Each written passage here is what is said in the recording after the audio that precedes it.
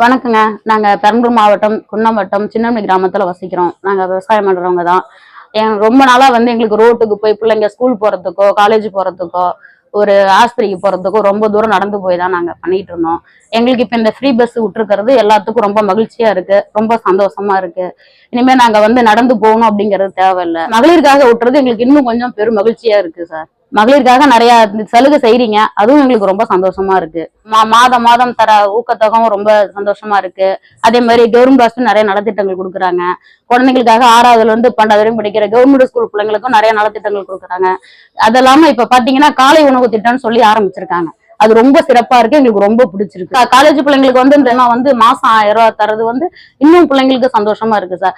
தமிழ்நாடு முதலமைச்சருக்கு எங்கள் மகளிர் சார்பாக ரொம்ப நன்றியை தெரிவிச்சுக்கிறோம். 15-20 ஆண்டுக்கு மேல இந்த கோரிக்கை நாங்க வச்சுக்கிட்டு இருக்கோம் சார். மகளிரா சேர்ந்து எங்களுக்கு இது கிடைக்கல.